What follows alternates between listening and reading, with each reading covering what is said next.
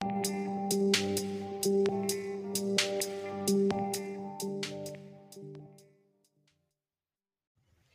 Students, welcome you all in our periwinkle 555 YouTube channel. तो आज हम बात करने वाले हैं क्लास 10th के साइंस पेपर 2 के लेसन नंबर 10 के बारे में, that is disaster management.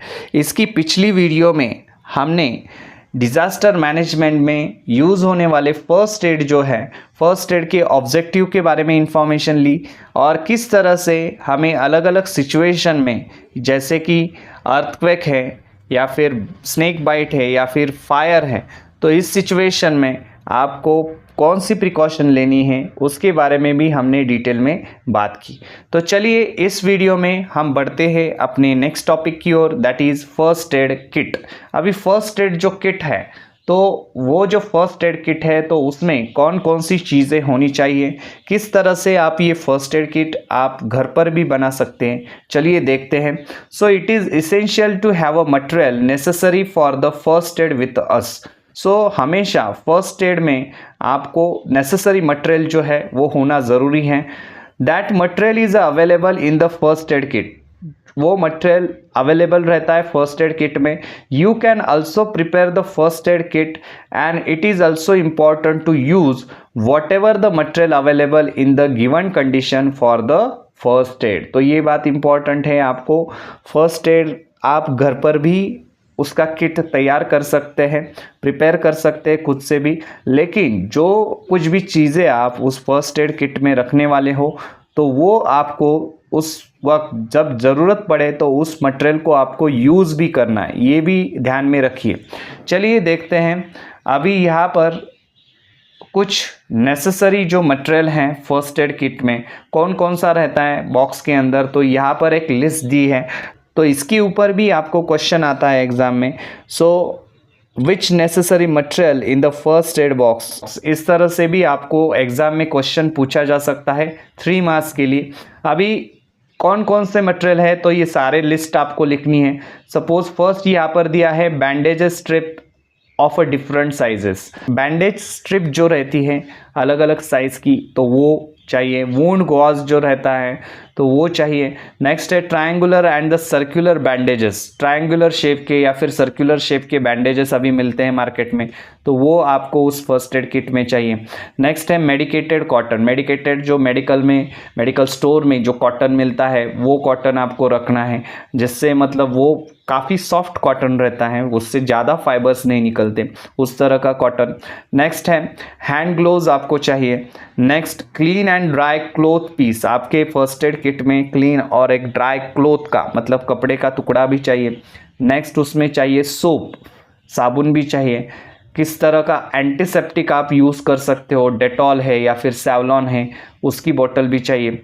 Next है सेफ्टी पिंस। आपको सेफ्टी पिंस भी चाहिए बैंडेज को टाई करने के लिए वगैरह। नेक्स्ट है ब्लेड की भी ज़रूरत पड़ेगी। नेक्स्ट स्मॉल पिंस, छोटे जो पिंस रहते हैं वो भी चाहिए। नीडल्स हैं या फिर बैंडेड जो रहता है वो तो चाहिए। नेक्स्ट है टॉर्च का भी इस्तेमाल हो सकता है। अभी टॉर्च किस लिए बच्चों को लगता है अभी फर्स्ट एड किट में टॉर्च का क्या यूज़ है। अगर मान लो आप ट्रैवल कर रहे हैं या फिर आपका एक्सीडेंट हो जाता है रात को, तो रात को अगर स्ट्रीट लाइट नहीं है और अगर आप गिर जाते हो, बाइक से गिर गए या फिर कहीं से, तो उस केस में सिचुएशन में एक्सीडेंट जब हो जाता है तब आपको एटलीस्ट टॉर्च अगर आपके पास हो तो आप देख सकते हैं कि कितना ज़ख्म वहाँ पर हो गया है, यानी कि सपोज सर को चोट लग गई है तो उस केस में आपको टॉर्च की लाइट से आपको पता चल जाएगा, या फिर कान में कुछ आपको ज़ख्म हो गया है तो इस तरह से, इस वजह से ये टॉर्च जो है वहाँ पर इस्तेमाल होती है। सो इस वजह से यहाँ पर टॉर्च भी इम्पॉर्टेंट है। सीज़र जो है उसका भी इम्पोर्टेंस है। देन द थर्मोमीटर भी चाहिए, अगर आपको कितना बुखार आ गया है या फिर बॉडी का टेम्परेचर बढ़ गया है कितना, तो वो चेक करने के लिए भी थर्मोमीटर का यूज़ है। नेक्स्ट है पेट्रोलियम जेली, यानी कि वैसलीन जिसे कहा जाता है, तो वो पेट्रोलियम जेली भी उसमें चाहिए। तो इस तरह से ये सारी चीज़ें आपको फर्स्ट एड किट में रखनी है। तो चलिए देखते हैं नेक्स्ट पॉइंट, जिसके ऊपर आपको एग्जाम में शॉर्ट नोट के लिए क्वेश्चन आता है, that is mock drill. Mock drill क्या है, तो चलिए देखते हैं इस कंसेप्ट को। It is the practice to check the preparedness of facing the disaster as early as possible. आपको ये एक प्रैक्टिस यानी कि जो हम रिहर्सल करते हैं, टू चेक द प्रिपेयर्डनेस यानी कि हम कितने प्रिपेयर्ड हैं। अगर कोई डिज़ास्टर आ जाता है किसी भी टाइप का हो, यानी कि अर्थक्वेक है या फिर फ्लड सिचुएशन है, तो इस केस में हम किस तरह से उसको फेस कर सकते हैं, किस तरह से रिएक्ट हो सकते हैं, तो उसका चेकिंग करने के लिए जो प्रैक्टिस की जाती है। So virtual apparent situation of the disaster is created to check the reaction time for any type of disaster. किसी भी टाइप का डिजास्टर है और उसका अगर आपको रिएक्शन टाइम देखना है, खुद के बारे में चेक करना है, तो उसके लिए आपको क्या करना पड़ेगा, वर्चुअल एंड अपरेंट सिचुएशन वैसी खड़ी करनी पड़ेगी। मतलब आप अगर अर्थक्वेक का प्रैक्टिस कर रहे हैं तो वर्चुअल वैसे सिचुएशन आपको खड़ी करनी है और उसमें प्रैक्टिस करनी है, रिहर्सल करनी है कि अगर ऐसा हो जाता है रियल में तो क्या करेंगे आप। नेक्स्ट है trained personnel observe their responsibilities to check the execution of a plan design for the disaster redressal. अभी ये सब अगर करते हैं आप प्रैक्टिस कर रहे हैं, लेकिन उसका ऑब्जर्वेशन करने के लिए वहाँ पर ट्रेन पर्सन का होना भी ज़रूरी है। तो वो ऑब्जर्व क्या करेगा, रिस्पॉन्सिबिलिटी, हर कोई जो इंसान है किस तरह से रिस्पॉन्सिबिलिटी जो है आप डिवाइड करते हैं, किस तरह से आप अपनी रिस्पॉन्सिबिलिटी लेते हैं या फिर औरों की रिस्पॉन्सिबिलिटी लेते हैं, तो उस तरह का चेकिंग वहाँ पर हो जाता है जब ये प्लान जो है उन्होंने जो डिज़ाइन किया रहता है। तो इस तरह से आपको काम करना है पर्टिकुलर डिज़ास्टर आने के बाद। तो ये जो प्लान है तो वो ठीक तरह से एग्जीक्यूट हो रहा है या नहीं, किस तरह से काम कर रहे हैं सब लोग, तो ये बातें जानने के लिए वहाँ पर एक ट्रेन पर्सन का होना भी ज़रूरी है। This helps to check the efficacy of the system prepared for the disaster redressal. इससे क्या होता है, क्या पता चलता है, तो इफिकेसी यानी कि इफिशियंसी जो है सिस्टम की, अपनी सिस्टम जो है कितने हम खुद और हमारी सिस्टम भी कितनी प्रिपेयर्ड है डिज़ास्टर के लिए। तो ये हमें इस रिहर्सल से या फिर इस वर्चुअल जो सिचुएशन हमने खड़ी की है डिज़ास्टर के लिए, उसके ऊपर जो हम प्रैक्टिस कर रहे हैं, तो उससे हमें पता चल जाता है। नेक्स्ट यहाँ पर बताएं है, mock drill is arranged on the disaster of fire in a various schools by the fire fighters. Mock drill का जो एजुकेशन है ज़्यादा से ज़्यादा अलग अलग स्कूल्स में दिया जाता है। फायर फाइटर्स आते हैं तो वो खुद फायर से रिलेटेड जो डिज़ास्टर है उसके बारे में जानकारी बच्चों को देते हैं। It includes the demonstration like extinguishing the fire. उसमें क्या बताया जाता है कि फायर को आपको एक्सटिंग्विश कैसे करना है। अगर स्कूल में आग लग जाती है तो आपको वहाँ से किस तरह से बाहर निकलना है, किस तरह से उस फायर को कंट्रोल करना है। Rescuing the people trapped at the higher floor of a building. जो कुछ भी लोग हायर फ्लोर पर या फिर बिल्डिंग पर अटके हुए हैं तो उनको किस तरह से रेस्क्यू किया जाता है। Rescuing the person whose clothing have caught the fire. किसी पर्सन के कपड़ों ने अगर आग पकड़ ली है तो उसको कैसे आप बचा सकते हैं फायर से, तो उसके बारे में जानकारी दी जाती है। Such activities are also arrange by police force and voluntary organisation. अभी ये फायर एक्सटिंग्विशर के जो फायर फाइटर्स जो रहते हैं वो तो वैसे मॉक ड्रिल जो है ये अरेंज करते ही है स्कूल्स में जाकर, वरना पुलिस जो है, पुलिस फोर्स जो रहती है या फिर वॉलेंट्री कुछ ऑर्गेनाइजेशन रहते हैं, वो भी इस तरह की एक्टिविटीज जो है उसका ट्रेनिंग जो है वो बच्चों को स्कूल में जाकर देते हैं। नेक्स्ट यहाँ पर बताए हैं जिसके ऊपर आपको एग्जाम में क्वेश्चन आता है 3 मार्क्स के लिए, objectives of the mock drill. Mock drill के ऑब्जेक्टिव्स लिखिए। 6 ऑब्जेक्टिव आपको दिए हैं, सो 6 के 6 ऑब्जेक्टिव आपको लिखने हैं अगर 3 मार्क के लिए क्वेश्चन आता है। फर्स्ट ऑब्जेक्टिव क्या है, evaluating the response to the disaster. Disaster को किस तरह से हम रिस्पॉन्ड करते हैं तो वो इवैल्यूएट करना, यानी कि उसकी जानकारी हमें मॉक ड्रिल की वजह से मिलती है, क्योंकि हमारा रिएक्शन टाइम हमें पता चलता है, किस तरह से हम रिएक्ट होते हैं, किस तरह से कितनी जल्दी हम हेल्प के लिए या फिर किस तरह से कितनी जल्दी हम दूसरों की हेल्प करते हैं, तो ये सारी बातें हमें पता चल जाती है। नेक्स्ट जो है improving the coordination between the various department of the disaster control. अलग अलग जो डिपार्टमेंट्स बनाए रहते हैं डिज़ास्टर कंट्रोल के लिए, तो उनके बीच में किस तरह से कोऑर्डिनेशन है, तो उसके बारे में भी हमें यहाँ पर पता चल जाता है कि मॉक ड्रिल की वजह से ये सारी चीज़ें पता चल जाती हैं। नेक्स्ट जो है आइडेंटिफिकेशन ऑफ ओन एबिलिटीज़। खुद की जो एबिलिटीज़ हैं, सबसे इम्पॉर्टेंट खुद की एबिलिटीज़ जो है उनके बारे में हमें पता चल जाता है।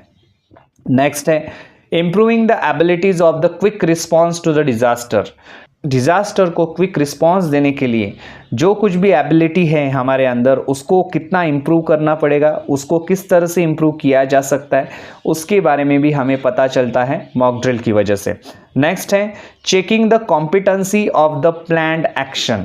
जो कुछ भी हमने एक्शन प्लान बनाए हैं, जिसके ऊपर हम काम कर रहे हैं, तो वो उसकी कॉम्पिटेंसी हमें पता चल जाती है कि किस तरह से ये प्लान वर्क होता है और कितना इफ़ेक्टिवली एक काम करता है, तो उसके बारे में भी मॉक ड्रिल में पता चल जाता है। नेक्स्ट जो है identifying the possible errors and the risk. उसमें कौन सी उस मॉक ड्रिल में किस तरह के एरर्स आ रहे हैं या फिर रिस्क है, तो उसके बारे में भी हमें पता चल जाता है जब हम ये रिहर्सल करते हैं किसी भी डिज़ास्टर के लिए हो। मॉक ड्रिल एक सिंपल एक कंसेप्ट है, वो किसी भी डिज़ास्टर के लिए आप यूज़ कर सकते हैं। तो उससे हमें ये सारे जो ऑब्जेक्टिव यहाँ पर दिए हैं, ये सारे ऑब्जेक्टिव जो है वो हमें मॉक ड्रिल की वजह से पता चल जाते हैं कि हमारी एबिलिटी जो है, हम कितने एबल हैं किसी भी डिज़ास्टर को फेस करने के लिए। तो इस तरह से मॉक ड्रिल का बहुत इम्पॉर्टेंट रोल है और ये सारे ऑब्जेक्टिव जो है आपको एग्ज़ाम में लिखने हैं। तो चलिए देखते हैं नेक्स्ट पेज पर।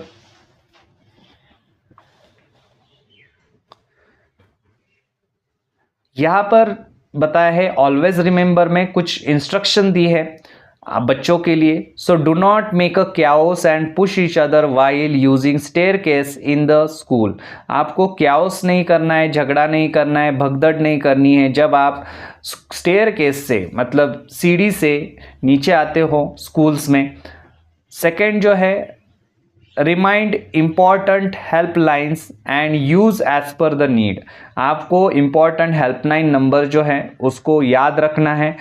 जैसे कि एग्जाम्पल यहाँ पर बताया है, पुलिस का नंबर है 100, फायर फाइटिंग फोर्स का नंबर है 101, डिज़ास्टर कंट्रोल यूनिट का नंबर है 108, एम्बुलेंस का नंबर है 102। तो इस तरह के नंबर जो है आपको याद रखने। नेक्स्ट जो है फॉलो द ट्रैफिक रूल्स। आपको ट्रैफिक रूल्स जो है वो फॉलो करने हैं। Look at left and right side while crossing the road and ensure that any vehicle is not passing by. आपको पहले लेफ्ट साइड की तरफ देखना है, फिर राइट साइड की तरफ देखना है, फिर आपको एंश्योर होना है खुद को कि कोई व्हीकल जो है वो पास नहीं हो रहा है रोड से। कई बार लोग जो है रोड पर भी रॉन्ग वे से, रॉन्ग साइड से आते हैं, तो आपको इस वजह से दोनों तरफ रास्ता क्रॉस करते वक्त दोनों तरफ लेफ्ट एंड राइट साइड को देखना ज़रूरी है। तो ये चीज़ें आपको बताइए, ट्रैफिक रूल आपको फॉलो करने हैं। नेक्स्ट जो है do not touch any unclaimed object, do not spread a rumours. बच्चों को अगर कोई चीज़ अगर दिख जाती है रास्ते पे पड़ी हुई, किसी का बैग है या फिर कुछ भी है, तो वो अनक्लेम्ड ऑब्जेक्ट को आपको जाकर टच नहीं करना है वहाँ पर। और डू नॉट स्प्रेड रूमर्स। इसके अलावा ये भी बात बहुत इंपॉर्टेंट है, बच्चों को आदत रहती है कि कोई चीज़ अगर किसी की पड़ी हुई है रास्ते पर, जैसे कि बैग पड़ा हुआ है तो उसमें बॉम्ब ही रखा होगा, तो इस तरह की रूमर्स बच्चे फैलाते हैं। तो इस तरह की रूमर्स जो है, अफवाहें जो है, रूमर्स यानी कि अफवाह, तो इस तरह की अफवाहें जो आपको है वहाँ पर फैलानी नहीं है। उसकी वजह से क्या हो सकता है, वहाँ पर भगदड़ मच सकती है, लोग जो है एक दूसरे को कुचल कर भागने की कोशिश कर सकते हैं। तो ये इस तरह की अफवाहें नहीं फैलानी है आपको। अनक्लेम्ड ऑब्जेक्ट को टच भी नहीं करना है। नेक्स्ट जो है do not make a chaos at a crowded places. जहाँ पर क्राउडेड है, क्राउडेड प्लेस है, वहाँ पर आपको भगदड़ नहीं करनी है या फिर किसी भी तरह की भागम भागी नहीं करनी है।